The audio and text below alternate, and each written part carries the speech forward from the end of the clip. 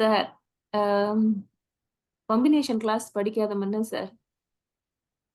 வால்நட்னா எனக்கு ஒரு விஷயம் தான் தெரியும்.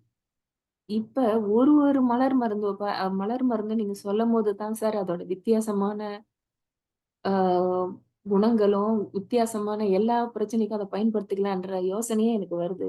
ஸ்க்ளேரன்திஸ் பத்தி நான் படிச்ச வரைக்கும் சார், தூக்கம் வர்றதுன்னா ஒயிட் செஸ்ட்நட்டையும், ஸ்க்ளேரன்திஸும் சாப்பிடுங்க நல்லா தூக்கம் வரும்னு சொல்லுவாங்க சார். ஆனா ஒரு ஒரு விஷயமும் ஒரு ஒரு தீர்வுக்கும் நீங்க சொல்லும்போது சார் ஆச்சரியப்பட வைக்குது சார். உண்மையா சார் நாங்க நீண்ட தூரம் சுத்தி வந்துட்டு பணத்த வேஸ்ட் பண்ணியிருந்தாலும் சார், இந்த கிளாஸ் வந்து கிஃப்டட் சார்.